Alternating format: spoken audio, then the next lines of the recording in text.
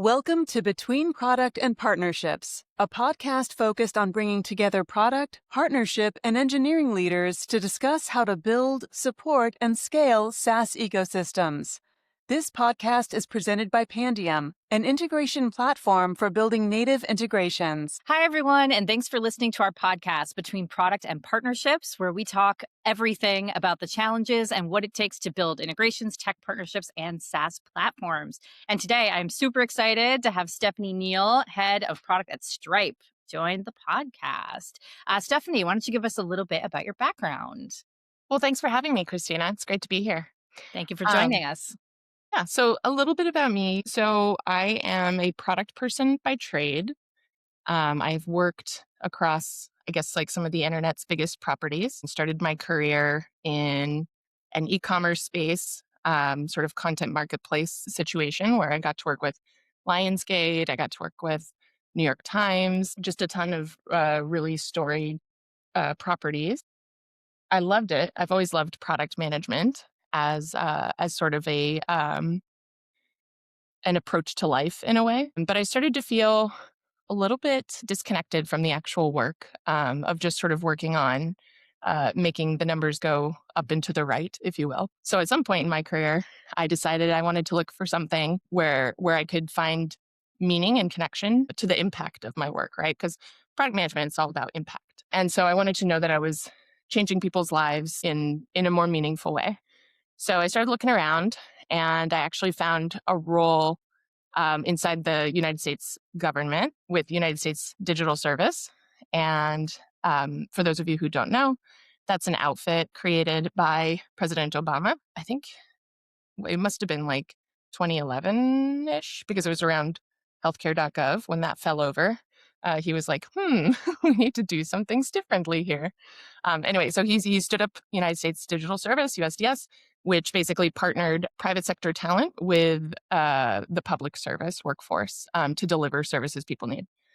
So I joined that group and I found really what I love, which is like applying the product management sort of like mental framework to people who have deep, meaningful need, where you can create impact that feels that you can connect with, right? So I led the Homeland Security Group through a tumultuous time, but delivering services for the American people and our guests and basically the most vulnerable folks that the government serves. And then after that, I actually ended up joining Amazon's Twitch, which that might feel, I just talked a lot about, I wanted to build products that like were deeply meaningful. And then you're like, Twitch, isn't that just like TV, like live streaming for Gen Z? And the answer is like sort of. So there it is like a live streaming software where it's largely entertainment. However, underneath that, or if you like, I guess once you spend time with the communities, you start to realize it's actually like a place where people find their people, which is deeply meaningful, right? Like it's where people sort of refine identity and like find others who share their identity, which like across the world, like it's not always easy to find people you connect with. So that sort of connection was really meaningful. And then I also, for most of my time there, I was heading up the product team for monetization. And so there was like an added layer of like, these creators are building their business and we're basically making it so they can make a living doing what they love. And then somewhat recently, I guess like 2 years ago now, I actually left and I joined Stripe to sort of carry on that thread of, helping people make a living doing what they love or doing what they're passionate about. And of course, Stripe, it's, or maybe you don't know, but it's payments infrastructure, it's e-commerce infrastructure for the internet, basically. So the mission is to grow the GDP of the internet. And it's all about basically like making the like leveling the playing field so people can start up their own businesses and earn money and, basically live the life they want to, regardless of where they are. That government job sounds really interesting. I feel like we could do like a whole thing about that. Like, I gotta ask, how did you find that job? Like, I didn't even know that was a thing I didn't know that was a department that existed at any point. Oh, yeah. No, so I feel like I got really lucky. And I feel like one of the lessons in life is like the more people you know, the luckier you get because like someone has heard Yeah. something and they can connect you. But so I grew up as a State Department kid, so government connected, and I grew up all over the world, met a lot of people. Actually, it was in college though in LA where I met my best friend, and let's see, I guess I had been in the workforce for a few years, maybe like 6 or 7 years. And I was complaining to her about like, oh, I feel soulless and like it's fun, but it's like, what am I really doing? Like I'm working on the whipped cream of the internet. Cause I think I was like working on shopping sites or something. And she's like, well, my friend just emailed me about this thing, and I know you have this government connection. Like maybe that'll be meaningful for you. And then she forwarded me an email where her friend was like, "Hey, I just became an engineer at this cool place called USDA." And so yeah, it was like word of mouth, I guess. But I agree with you. I feel like it was such a stroke of luck that like I found that in that time, and it was quite near the beginning. I think USDS. Yeah, I think it started maybe 2012 or something. So it's like I guess it was 2016, but it took a while to start growing. Yeah, and I bet, and we won't. Again, I think we could do like a whole episode just about this, but like I bet the pace maybe isn't the right word, but just like the maybe the delivery cadence. I'm just picturing like when I've worked with really large companies and also worked with some Yeah. government entities, it's very different than working with like a small startup or even something like a Stripe. I wonder if that was like some culture shock or if it was actually like surprisingly nimble. Like I don't and to back up, well, it's interesting because we had someone else on our podcast who worked with the FDA. So she didn't Yeah. work for the FDA, but she does like Yeah. bio stuff and was talking about getting like approvals through the FDA. And she was saying it's actually like can be really fast, like which was surprising to me. I just Yeah. assumed that everything was going to Yeah. be slow and crappy the entire time. I'm curious, yeah, that we could dive into other things. So I'm curious what your sort of experience was if you're able to comment on it. No, totally. So I guess there wasn't culture shock because I kind of knew what I expected. And I think the way I would articulate it is more like the way government breaks down problems is much meatier, like it's heftier. Like when you're in tech, you slice it down to like really the tiniest, narrowest thing that will solve a very discrete problem. And then you keep kind of like layering on top. Whereas like in government, like they'll have a roadmap out 5 years and like they'll be very confident in it. And like they've just chunked out these like massive problems for delivery. So that was sort of one of the key distinctions, I guess, that I observed. But at the same time, it's understandable. Like there's a bunch of different factors that can go into it, but it's like, I think it's like hard when you're in government. It's so like regulated, and like the consequences of making a wrong choice are so serious, right? Like it can be life or death. And so people take everything really seriously. And it's hard to know all the like written rules. And so a lot of times like word of mouth will become, like, oh, well, I've heard you can't talk to users directly. It's illegal. And then you're like, really? And then you're like, let's look into that. And then, and so I think there's a lot that can sort of build into this like less nimble culture. But I think there are some reasons that are good, which is you have to really understand like the implications of your choices up front. Yeah, move fast and break things does not apply to like literally everything, maybe. Especially when it comes to like government services. But I digress. Again, I feel like we could get into like a whole bunch about that. That's like a segment of the economy that I just know so little about through direct experience. Like I feel like I'm a spectator and everybody's got an opinion when we're watching the evening news or like trying to deal with filing taxes or like whatever it is or signing up for the ADA or whatever or the ACA rather. Yeah. Anyway, I just missed the fact that you were involved in that. So just wanted to get that out of the way. But no, I'll say it's the best work I've ever done in my career. I would have stayed forever, but not me, but the people who incubated USDS intentionally made it term limited because we didn't want people coming in and basically becoming sort of like because you're kind of closed off from like software. Tech moves really fast and the government doesn't move as fast, so you come in and you kind of freeze a little bit, and it's like Mhm. you didn't want people staying and then becoming part of that problem. And so it was like we want people to go out and like come back in and bring fresh upon return, if you will. That's such a nice, thoughtful way to think about staffing too. My God, don't we love to see it? All right, so let's talk about something that is move fast and break things. We'll talk about machine learning and AI because I know that you have a lot of experience there, a lot of thoughts there, maybe a lot of like hands-on today.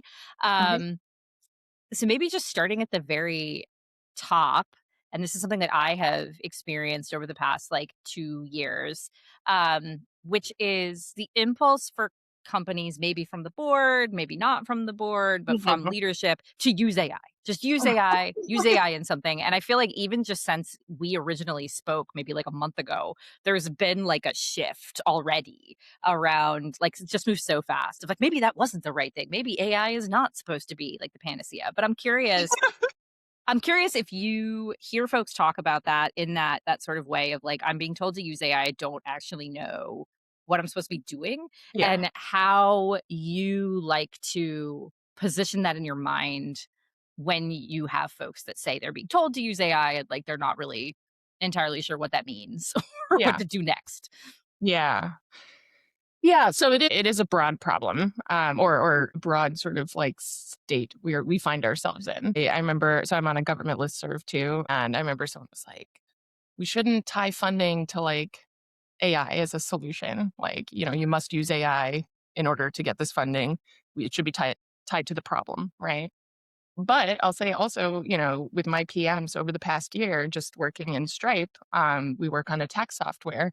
We've all been like, okay, like let's get our hands dirty, let's start using because like the tools are changing so much and they're getting so much more powerful. And so it's important for us as product people to use it and understand, okay, like how can this help me solve real problems? But I even hear that from my PMs of like, well, it can't make production ready code. So like, why are we messing with it?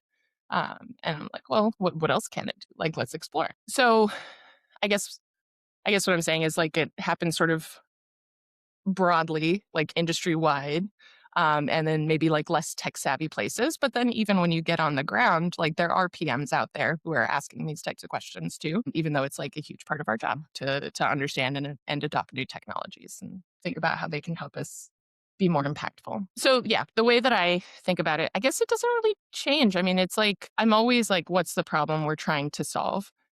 And does it drive sustainable change, right, for like the people we're trying to solve it for? And I think the job now is thinking through like what are good use cases for ML, like for these new technologies that can basically get us to that better end state faster, or to a better end state maybe, and or more efficiently faster. But at the end of the day, like it's like, what is the problem we're trying to solve? And like, can any technology help us? And how do you think about problems that AI or ML might be good at solving as it stands today versus those that maybe it's not a good fit or can be solved easier, faster, cheaper without using AI? Like Yeah. where I don't know if you have like a framework in your mind or just like broad themes of the types of problems that you Yeah. feel like there's applicable um, AI technology that currently exists. Yeah. Yeah. That's a good question. I think the problem spaces where I've seen it be effective, primarily have been, I would say, product discovery, helping you to basically, you've identified a problem. Because, okay, so in product management, there's sort of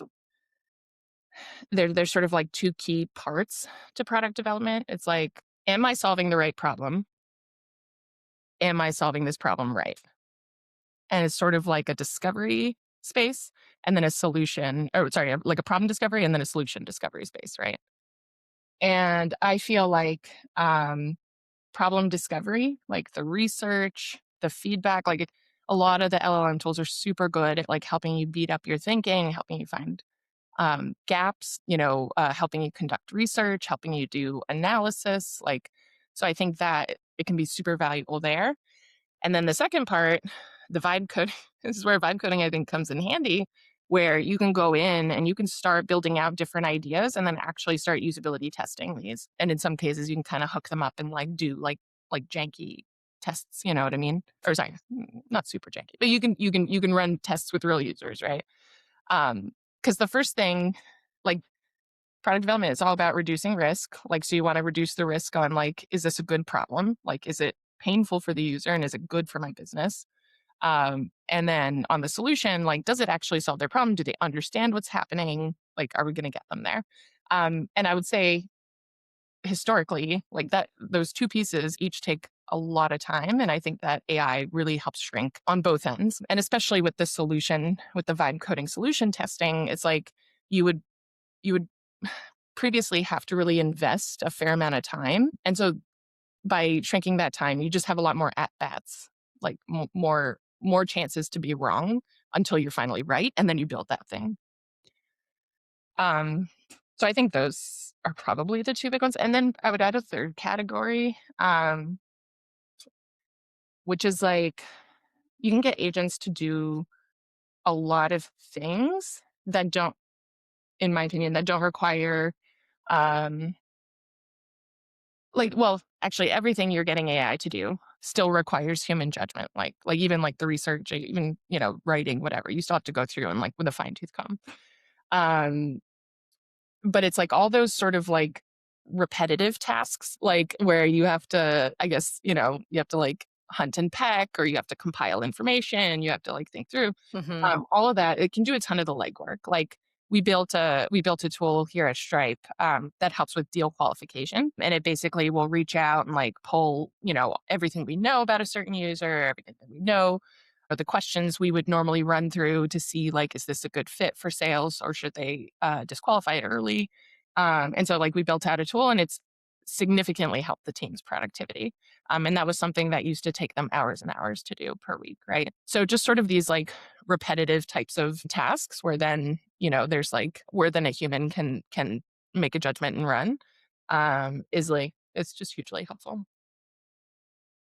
Yeah, it's interesting where you were talking about like the human oversight and human in the loop. I've been following when I see pieces of content and stuff come up about the potential for a shift in entry level type of white collar work as it relates to AI, and like are we going to have entry level, like in its current form, white Mhm. collar work in the future, or is it all going to be automated away? And I was reading something, and it was making the case that like you do need a human in the loop, and that's the perfect thing for like your most junior entry level employee to do, monitor all your agents. And I was like, that feels like the junior person monitoring like even the dumber junior like the dumbest junior person that you have, which is the computer. Like that really didn't round it out to me, but it does like, it does beg the question, like, what is that going to look like in the future, right? Like what Yeah, you're describing, and I totally agree, you need human yeah, oversight. And like, everyone I'm sure that works at Stripe at this point, almost even the most junior folks, are entering into an environment that is not 100% AI, because that's not a world that we live in yet. yeah. But like,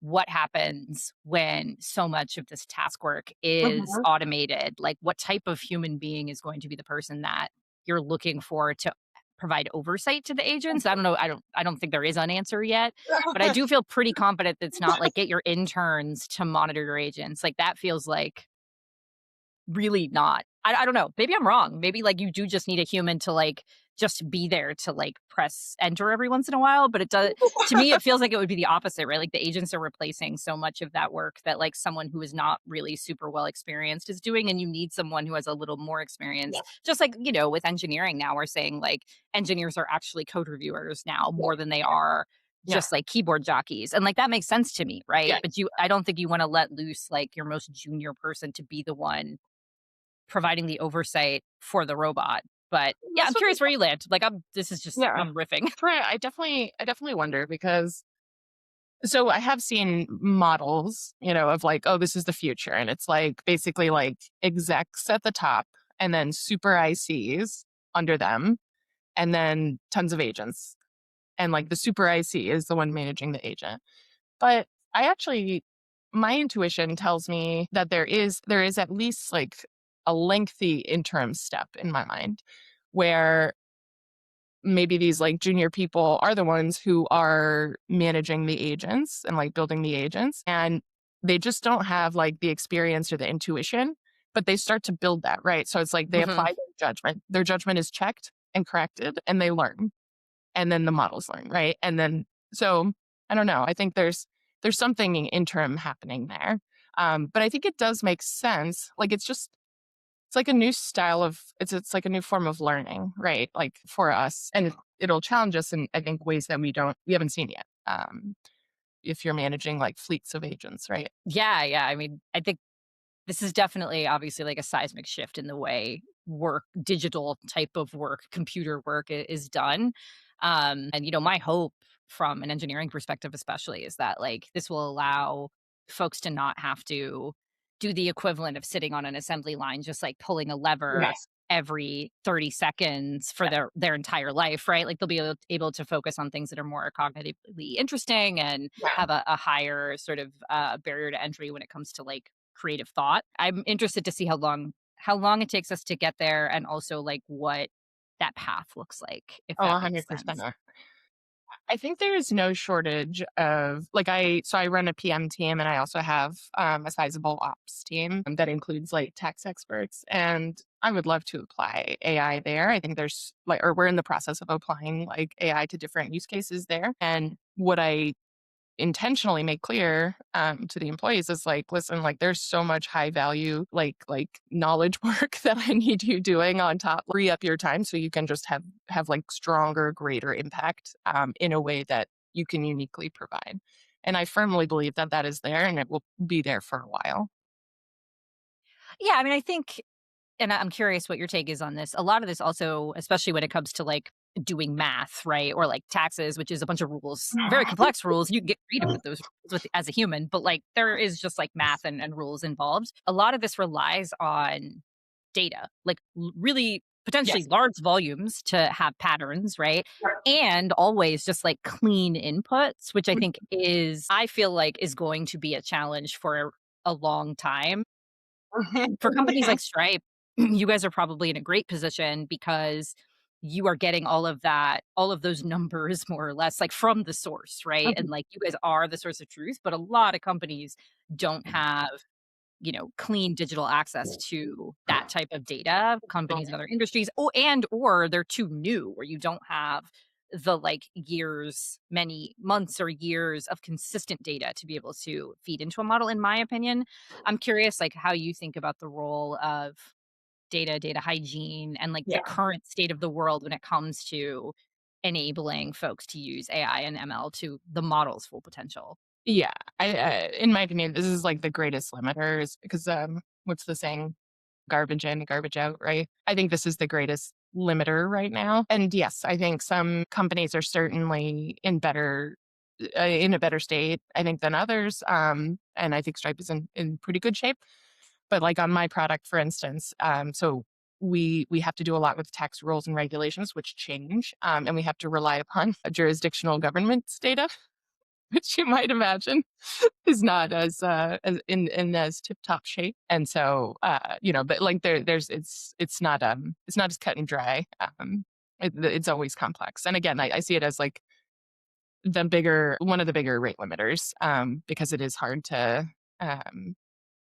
it is hard to clean up and leverage data, especially when you don't control it directly.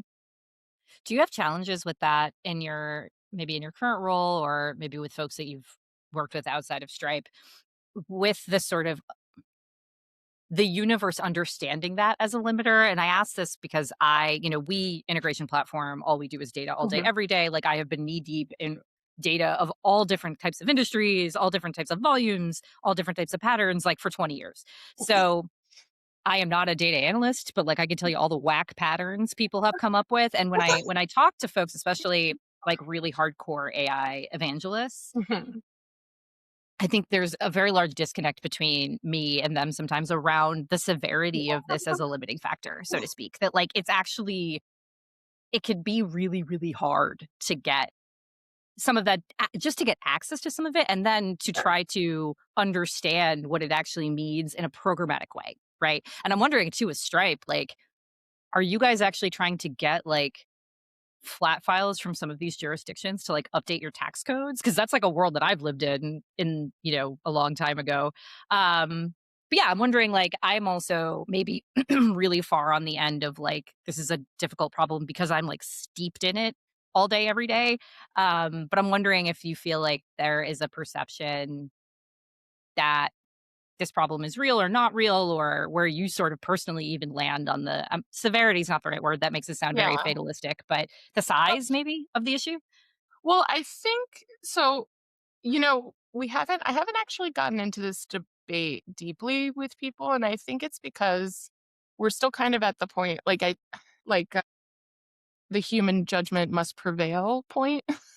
And the like, yes, don't forget, there are hallucinations, like we're still at the point where it's like, there is a grain of salt and it's like, this is helpful. This is good. Look how powerful. Look how close this is. But it's like, I don't think anyone's looking at it and being like, okay, this is production ready. Like we've been working on, like the taxpert bot, to help people like basically through, we can't give tax advice, but we want to help them like just work their way through the tax world, which is really intimidating and awful. And there are a lot of common questions that we can give guidance on. Although I think we don't call it guidance, but like, we can help people through it, but we haven't released it yet. We haven't made it external. And actually our first plan is to release it for our internal support teams and stuff. Because again, it's like even though we've spent quite a bit of time training, giving input, and it is really actually shockingly good. It's just, it's the grain of salt, right? So I think since we're kind of there, it's like not the problem yet. I think it'll become a bigger problem when I think people are becoming more reliant on like the letter of the law that they're getting from AI. I think that'll become a different story in my mind. Yeah, it's interesting. I feel like there's been like this like cultural shift over the past couple of months where it was like a lot of this stuff hit prime time, 2 years ago ish, and everyone was like, "Oh, it's genius! The AI bot is amazing. It's going to replace all of our jobs. That also sucks." And then there was like the actual practice of it for a few years, and there was still that like the novelty of Yeah. what it was doing. And now, like in this moment, in the year of our Lord 2026, in February, I feel like there is a little bit of like that grain of salt has become a little larger, like it's more coarse grain in a way that I actually think is very healthy because people have tried, they had a year or so of like messing around with it and like kind of pushing the boundaries. Yeah. And now we're back in a world where like the technology is evolving. It's evolving really fast. And I'm not Yes. going to say it's not. And I think it's amazing. We use all this stuff here internally. We have AI in our product, all that.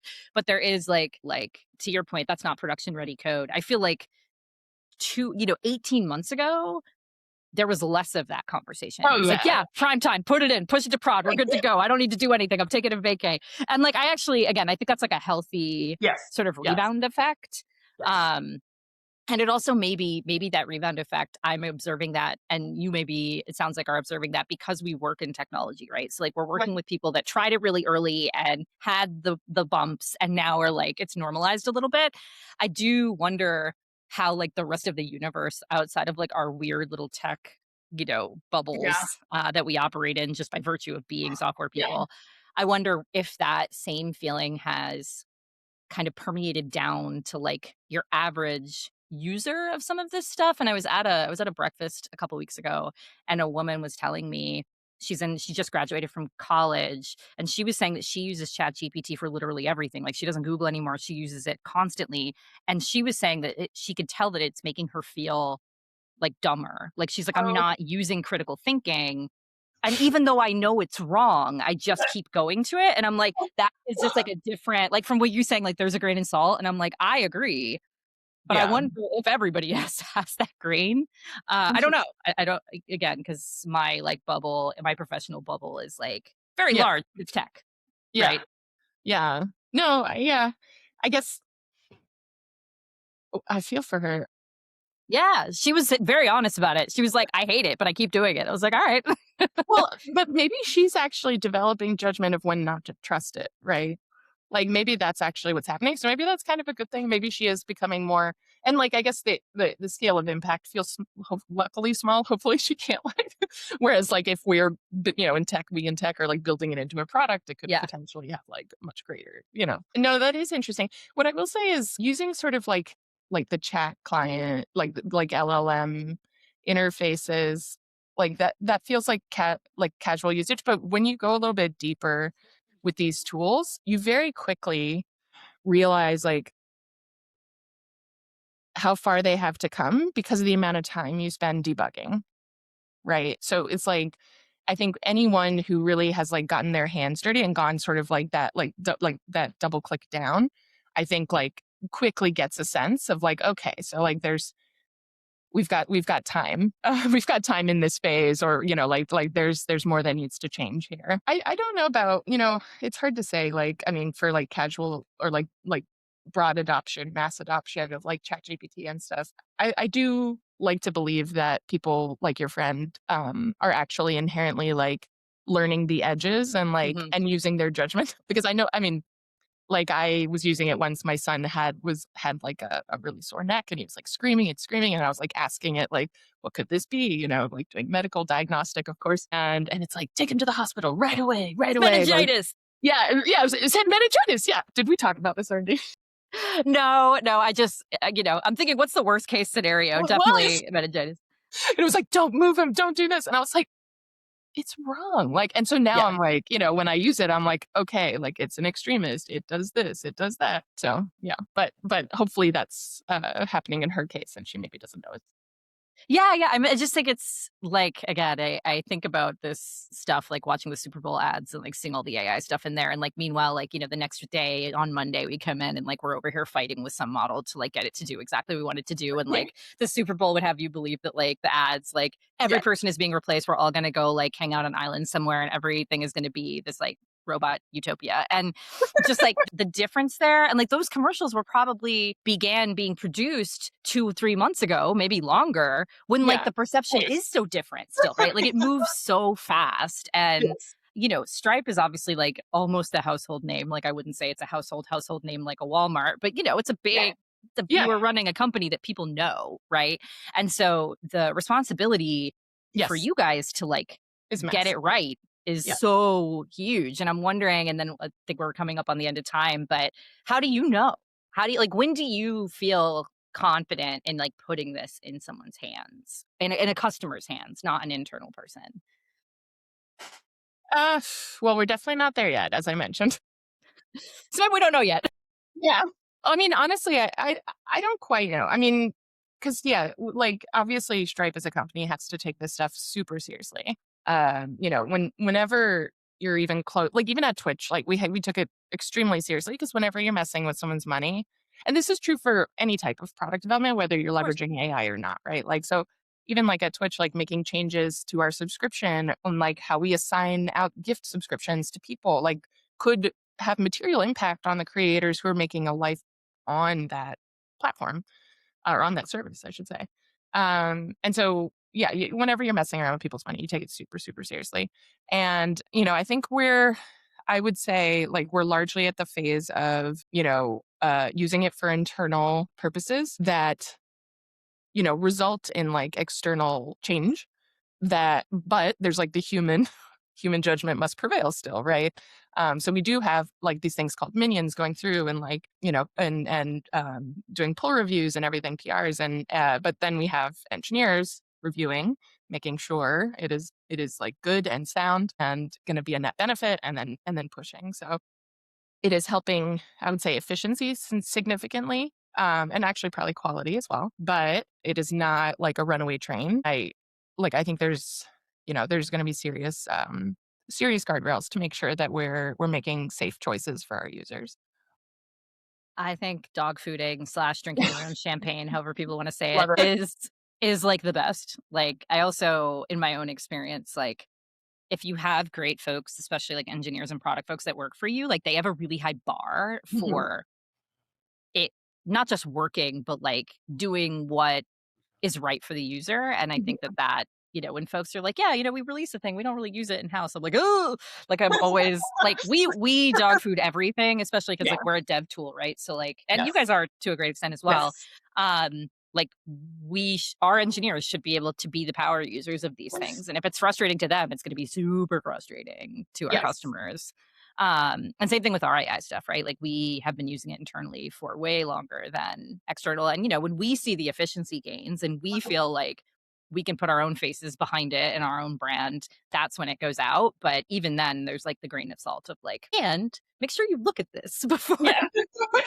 And again, luckily, like our users are engineers, so I think they will look at it. But I do, I do wonder for like more consumer focused type products. Like I think that threshold is even higher, right? When Yes. you don't have folks that come at it naturally with a skeptical eye, like a lot Yeah. of engineers have a habit of doing.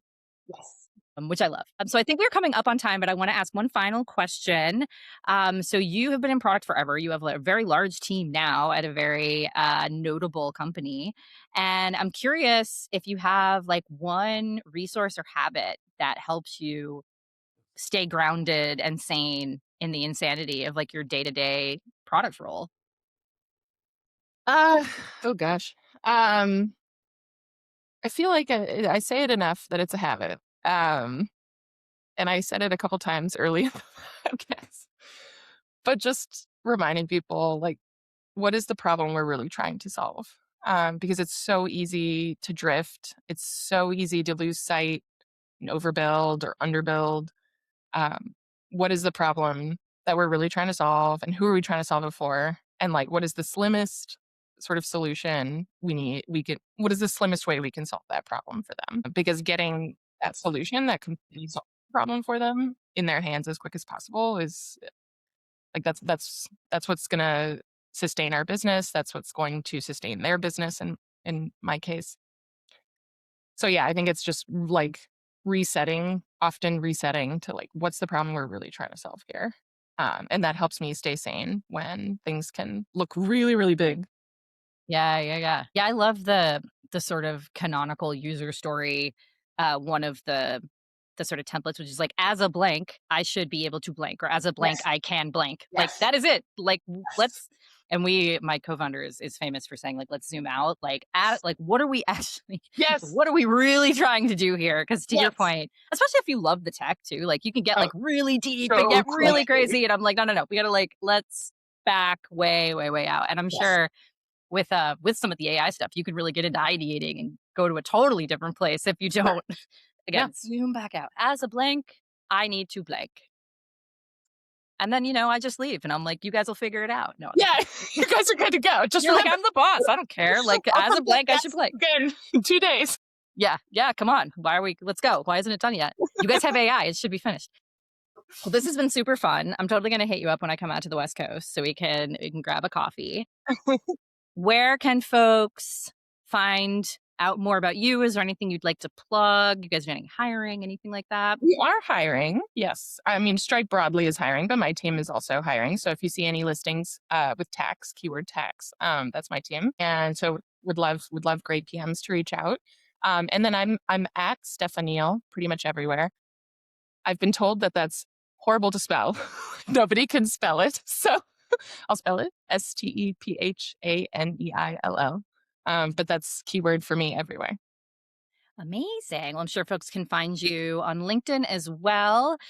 This has been a really fun conversation. I really appreciate you taking the time. For our listeners, if you want to learn more about integrations, product, spicy takes about AI and ML, worksheets, we got ebooks, everything about APIs. You can check out our website, pandium.com. We also have more of our podcast episodes with some great folks with diverse backgrounds, including this one. Again, really appreciate you taking the time. This has been super fun. I feel like we could go forever. And I hope you enjoy the rest of your day, and I will see you out there. Thanks for listening. If you enjoyed our content, subscribe to our channel and give us a thumbs up.